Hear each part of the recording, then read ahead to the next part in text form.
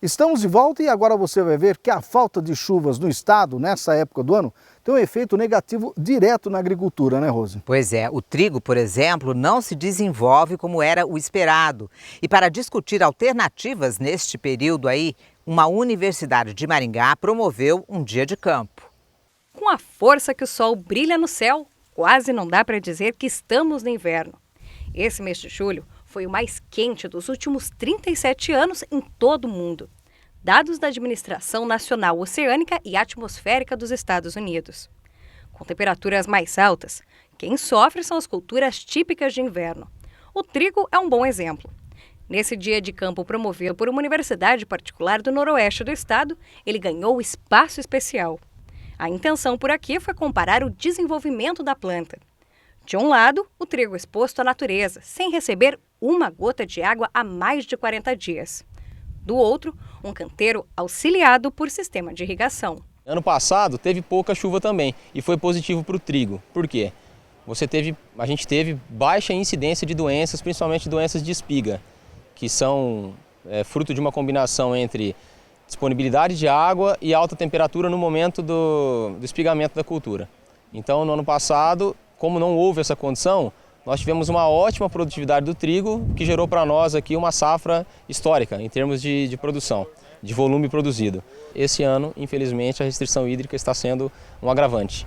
Perceber as qualidades do trigo que passou pelo processo de irrigação não é muito difícil. A começar pela altura da planta, um pouco maior do que a outra que ficou exposta aos processos de seca das últimas semanas. A espiga também é bem mais desenvolvida, com os grãos bem cheinhos. Sem falar na abundância do número de folhas, o que contribui para o processo de fotossíntese e gera ainda mais qualidade para o vegetal. Mas é importante lembrar que isso daqui foi montado em um espaço experimental, um laboratório. E para aquele produtor que está inserido no campo, criar todo um sistema de irrigação não é assim tão fácil. A irrigação ela é muito utilizada em sistemas onde o produtor consegue, por exemplo, fazer 3 safras no ano.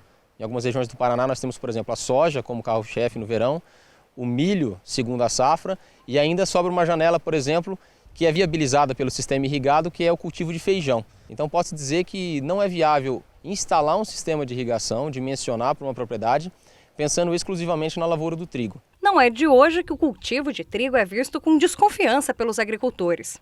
A lavoura costuma demandar muitos investimentos que nem sempre se pagam na hora da venda.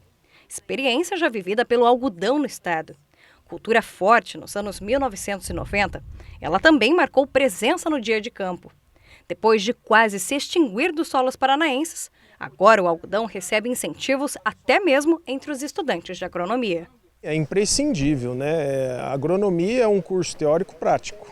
Você tem que ter a teoria em sala de aula e vir praticar, no nosso caso aqui, para o nosso núcleo. O aluno ele aprende efetivamente aqui no núcleo, que daí ele visualiza tudo o que ele está aprendendo na parte teórica. O evento também é uma oportunidade para os alunos apresentarem os trabalhos desenvolvidos no curso. O Reinaldo é um dos estudantes que compartilhou parte da pesquisa dele com os mais de 700 visitantes do local. A gente está fazendo testes com relação às diferentes dosagens de um adubo com relação ao desenvolvimento da planta.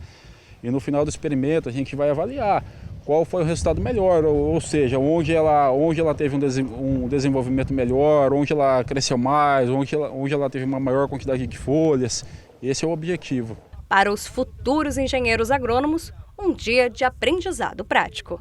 Contribui porque a gente faz bastante pesquisa e em cima disso a gente absorve bastante conhecimento, junto com as empresas e com os professores. A gente coloca toda a teoria na prática, né?